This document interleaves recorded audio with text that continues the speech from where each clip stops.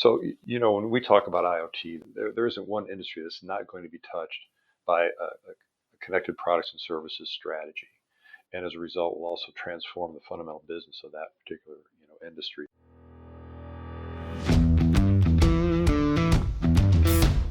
Technology is transforming how we think, how we lead, and how we win.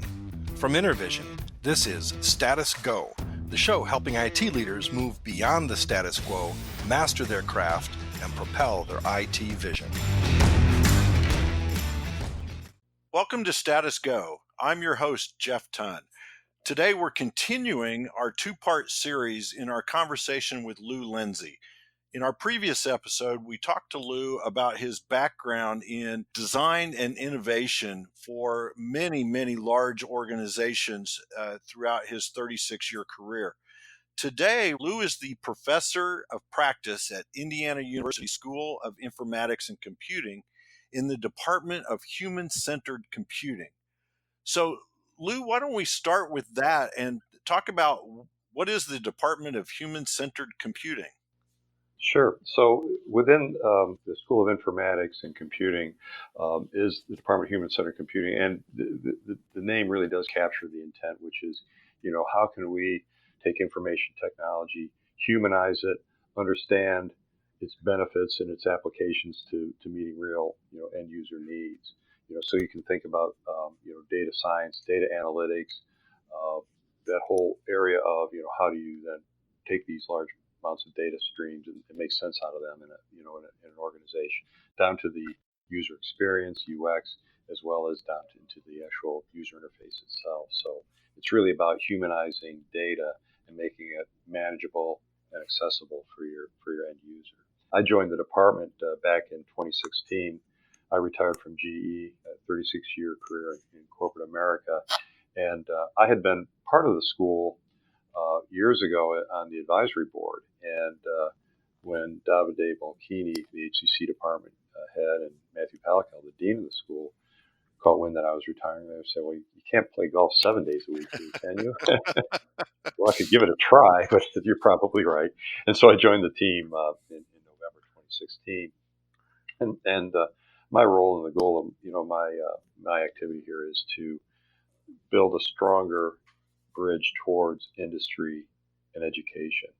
When I was in school, the thought of dirtying yourself in the classroom with a real project or a problem statement from a corporation or a company was, blasphemy, right? We're a pillar of higher knowledge. We're not going to, soil ourselves with doing project work. To today, where I think the realization on the part of academia is, no, we need the insights and the direction and the input from industry if we're going to produce a pipeline of talented students. And conversely, I think what industry is saying is we really like to get under the hood and see what's going on in academia, how you're instructing your students, and help shape that dialogue. So it's really a much more collaborative world we live in, and my role and my goal is to supercharge that, if you will. I just recently created a project on an independent study basis with Starbucks. So we're always looking for these opportunities to strengthen that relationship between industry and academia.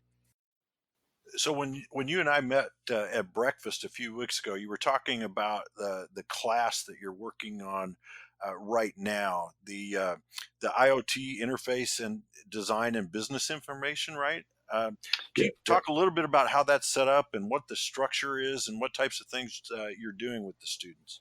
Yeah, so one of the first things I did when I took on the assignment was, again, approach Matthew and Davide and say, look, we really need to provide our students with not just strong design thinking skills and strong design skills when it comes to data analytics, data design, user interface, user experience, but then we need also then to build this bridge between what they're doing as human-centered computing, students to the business world.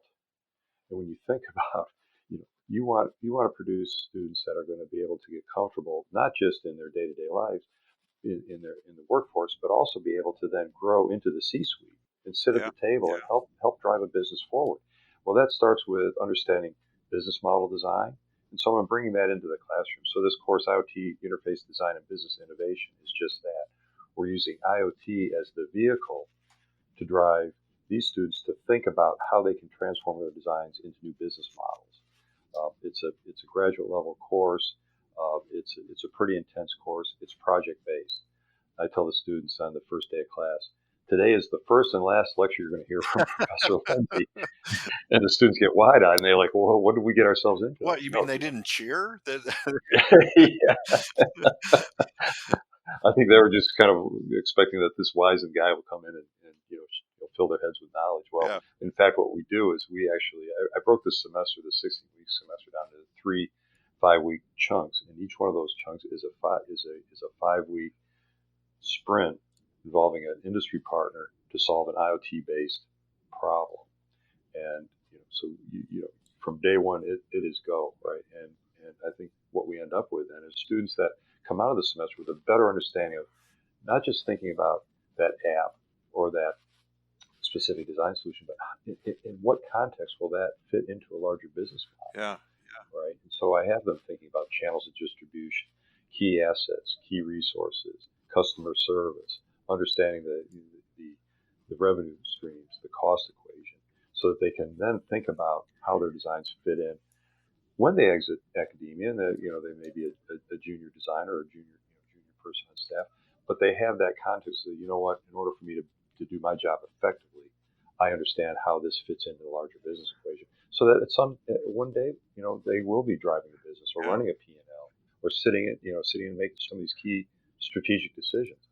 And the fact that they're coming out of the School of Informatics and Computing, to me, is just consistent with where I think the business world is going, which is this more collaborative work environment.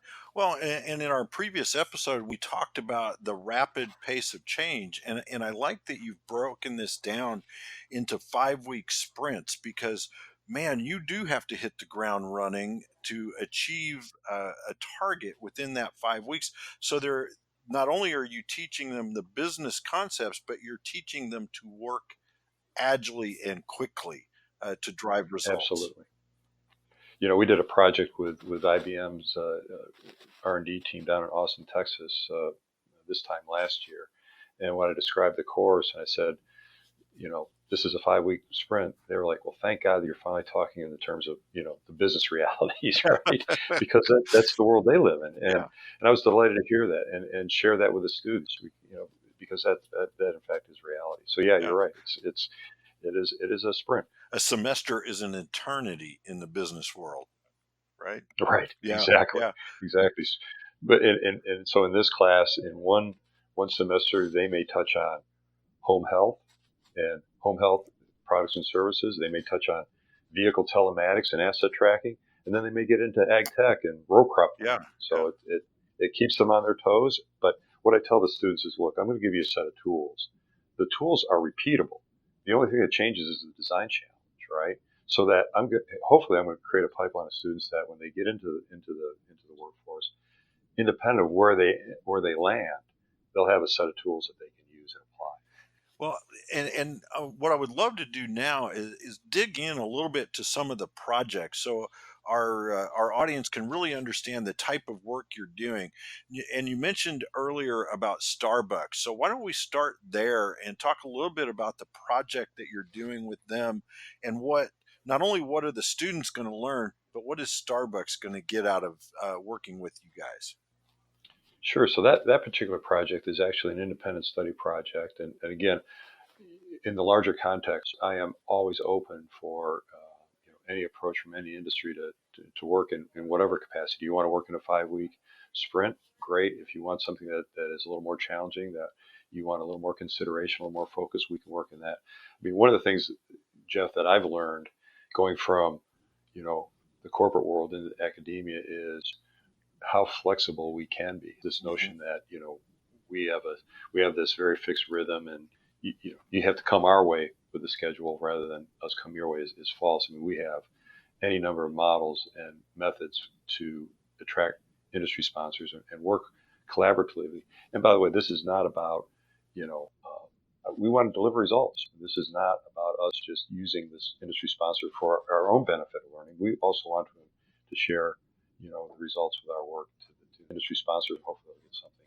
positive out of it. So this is not a Yeah, charity cause yeah. here. This is really the students going to work and solving real problems. So coming back, uh, when you think about Starbucks, they have a basic product. It's water, it's coffee, and maybe a little Hmm. cream. And I'm oversimplifying that, but when you think about um, water in a Starbucks kiosk or a Starbucks store, that's that's the magic, right? The quality of the water is a core ingredient, and a repeatable and consistent supply of water, high quality water, is going to make or break that enterprise. And so we're working with them on how might IoT improve the the level of quality of the water, and improve the operating efficiency of that enterprise, so that the barista isn't worried about water quality. They're worried about making Jeff and Lou happy when they show up every Friday morning at 8 with their regular order. Uh, and that's an industry that is highly competitive. And so this becomes an equation of delivering high quality end product, but also operating efficiency. So you get into things like preventative maintenance, you get into things like predictive maintenance, et cetera. So how can we take an IoT platform and apply it to the delivery of high quality water into the stores? So that was an independent study program. What about some of the 5-week programs that you've been doing? Who are some of the companies you're working with, and what problems are you solving for them? So, when we talk about IoT, there isn't one industry that's not going to be touched by a connected products and services strategy. And as a result, will also transform the fundamental business of that particular industry. So I like to cast a wide net when it comes to selecting our sponsored projects, to reflect the diversity, um, and give the students an opportunity to work in a variety of industries. So we've done everything from an ag tech project with Beck's Hybrid Seeds, based in Atlanta, Indiana, a fantastic family-owned company that produces corn and soy seeds for the farmers, their customers. And there it was all about how can we monitor row crops to ensure that those fields are going to produce the highest possible yield of corn and soybeans, and how can IoT fit into that? And then how does that not just deliver a solution to Beck's, but how does that transform Beck's business model? How do they take that knowledge and monetize it? Right. So that's one. We did a smart cities project last semester, and again, this is a great case in point of IoT is going to impact everybody's lives. Um, Smart city people think about New York, Chicago, Cincinnati, Indianapolis. They think about monitors on street corners to monitor traffic and make sure the snow removal and the trash pickup, et cetera, et cetera. And the buildings are talking to the vehicles, and vehicles are talking to buildings. Mhm. What about these small rural town centers, and how will IoT change their lives? Because you think about what's going on in some of these smaller, rural town centers. I mean, there's some real issues there with with flight. Smart people decide that they don't want to live in a small town; they want to move somewhere else, or there's a more dynamic environment. So how can we use IoT and smart cities to attract people and keep people in these rural town centers? So we did a project with the city of Rushville. We reached out to Mayor Pavey in Rushville, Indiana, population 8,000. We did a project together. So it's really about the diversity of the challenge, but yet give the students a set of tools that they can go attack those challenges. We did a project just last semester with Delta Faucet. When you think about IoT and water and IoT and smart home, how do they play into that equation as a traditional hardware provider in a retail consumer channel like a Home Depot and a Lowe's? So how can we change that business model for Delta? So it runs the gamut, Jeff, and it's just been a very exciting opportunity to see the students kind of react to these challenges. And at the end of the project, the sponsors come in and they're presented with three to five different business cases that gives Yeah. them a chance to kind of think about their business differently. And as you and I spoke a couple of weeks ago, hell, if I had some extra money in my pocket, some of these business models the students came up with, let's you and I go and start a couple of businesses. That's right. Let's Yeah, let's invest in that. yeah, Absolutely. right, right. So I'm going to throw you a bit of a curveball here, Lou. And I saw a, a segment on 60 Minutes last week about cybersecurity. And one of the things that they were talking about in that segment was with IoT, with the Internet of Things. we open ourselves up to security risk, right? Either privacy risk or ransomware type risk. Are you addressing those types of things with your class? And if so, how are you addressing those things? I'd like to say that we in 5 weeks we can touch on we can dig into that, but we really just kind of touch on that. What our focus is really is that business model, and within that Hmm. business model, so when we talk about either channels of distribution or we get into talking about customer service, that's where you begin to start just to see these various layers of IoT kind of emerge, right? So if we're talking about sharing of information between an assisted living facility and a son or daughter who has a parent in one of those facilities, and how is that information being translated? Yeah, we touch on that as part of that overall value proposition. But again, as part of the larger School of Informatics and Computing, we do address those issues, but we are all about applying design ideas into business model transformation in my Yeah, course. yeah, yeah. So I'm curious about the healthcare facility that you just mentioned. The parent that is in a facility. What types of things are you doing there to help facilitate that communication? I've vested interest. My dad is in that situation right now, and I think a lot of our listeners are in could be in those similar situations. So would just love to hear what you guys are doing in that space. Yeah, so we've done two projects. So we have one project project underway right now. We did a project with IBM, last semester, where we were actually looking at aging in place and elder care. We're working with Creatability right now, a small startup, and a couple of things, really jump out as we dig in and we start ideating around these solutions. Is one, it is too easy to load up an environment with sensors, motion detectors, bathroom detectors. Is the stove on? Is the microwave working? I can put video camera.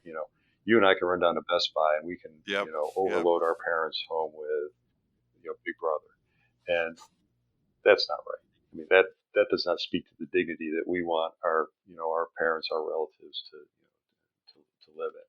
Secondly, think of the data that comes off of that, all those different devices. I mean, as Right. IBM said, we're swimming in data. We need smart data. We need relevant data. We just don't need this endless barrage of the doorbell rang at 3 o'clock, or mom put ice in a glass of water at 4 o'clock. It's making more intelligent decisions around what needs to be monitored. Exactly. So we're currently working with Creatability on how do you what's the intersection between machine learning, AI, a reduced set of sensors, a set of sensors that really makes sense in terms of monitoring with dignity the patient, and then how does that patient interact with that technology either through avatars, AR, etc. So it's almost like we've thrown all the sensors out the window and said, okay, let's rethink this entire space and make make a more sensitive and more dignified approach Yeah. to how we do this aging in place. And there's students right now in the middle of the project. We just had a design review last week. By the way, one of the things I like to do with my design reviews is I bring in other professionals into Oh, the nice. classroom as part of the critique. So the students aren't just getting feedback from Professor Lou, they're getting feedback from folks from Allegiant or Rolls Royce or High Alpha or Delta Faucet. And they get so much more out of that interaction and that back and forth critique, which, by the way, gets back to what we were Yeah. saying earlier. Yeah. That's how we do business, right? I mean, you got to pitch, you got to stand up in front of your team and convince them that you have the right, you're on the right path. And so we bring that element into the classroom Well, as and well. it also strengthens that bond or that bridge between the business community and the academic community and the students, right? You're bringing them together in different settings, and that's got to help as the student then goes out looking for employment, starting their career, Absolutely. that type of thing. So and it also means Yeah. internships. I'll give you a good example. One of my students that worked on the City of Rushville project last summer, she saw that the city of Boston was looking for some interns in the UX arena. She sent her resume and her portfolio to the city of Boston. She got a call back. I want to know right away. Tell us about the City of Rushville Yeah. project. And they I told the mayor of Rushville, I said, you just helped the city of Boston because they ended up hiring this woman as a UX designer last summer as an intern. That's Yeah, great. so here's little Rushville, Indiana, giving a hand to Boston, even though they are patriots and we Well, don't like yeah, the yeah, yeah, Patriots. yeah. But that's a great example of how we can begin to build these bridges and make meaningful connections between industry and academia. Well, and that's a perfect lead into where I'd love to wrap today, Lou. Is what's an ideal project if we have a listener out there today that hears this story and says, "Oh man, I would love to engage with that class." What types of things would be a good project to bring forward to you? Sure, sure. And I appreciate the opportunity to share the class and extend the offer to your listeners. What we're looking for are companies that may be thinking about IoT and how that's going to fit into their business equation, may have an IoT implementation and are looking for ways to maybe look at it differently, enhance it, or companies are looking for growth and want to kind of kick the tires on IoT as a potential growth opportunity. We like to keep the projects in that 5-week window, although if it is something that is a little more significant, we can have that discussion. But really, it's about how can we bring meaningful challenges to the students in a very small period of time that will result in hopefully something that the business can take back as a consideration as they think about their business. And the fact that we're here and available, I think, just makes it that much easier. I will tell you that we don't get hung up in these 5-week sprints with a lot of dialogue around IP, ownership of the idea, blah blah blah. This is really about an open environment where we can have a good dialogue. What the students at the end of the day, Jeff, would like to have is something in their resume and in their portfolio that said, you know what, I did a project with Crown Equipment, I did a project with Amazon.com, I did a project with Delta Faucet or Shure, and they can put that in their portfolio.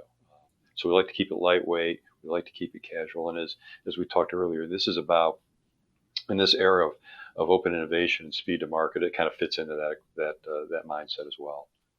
I know we're going to have contact information in the show notes, but for those that would rather just hear it, how can they get in touch with you if they have an idea for a project? Sure, it's just reach out to me. It's llenzy at iu.edu, and would love to engage in the conversation and get something started. Fantastic. Lou, thank you so much for joining us for both of these episodes. I really, as I look at this list of logos that you guys have worked with, one of the things that jumps out at me is it's industries that might not always be associated with innovation and technology. You look at Beck's and farming, right? Agriculture or Delta faucets. It just shows that there's application for this type of technology and these types of projects in a variety of industries. So I really appreciate your time today. To our listeners, if you have a question or want to learn more, go to intervision.com. The show notes will provide links and contact information. This is Jeff Tunn for Lou Lenzy. Thank you for listening. You've been listening to the Status Go podcast. You can subscribe on iTunes or get more information at intervision.com. If you'd like to contribute to the conversation, find Intervision on Facebook, LinkedIn, or Twitter. Thank you for listening. Until next time.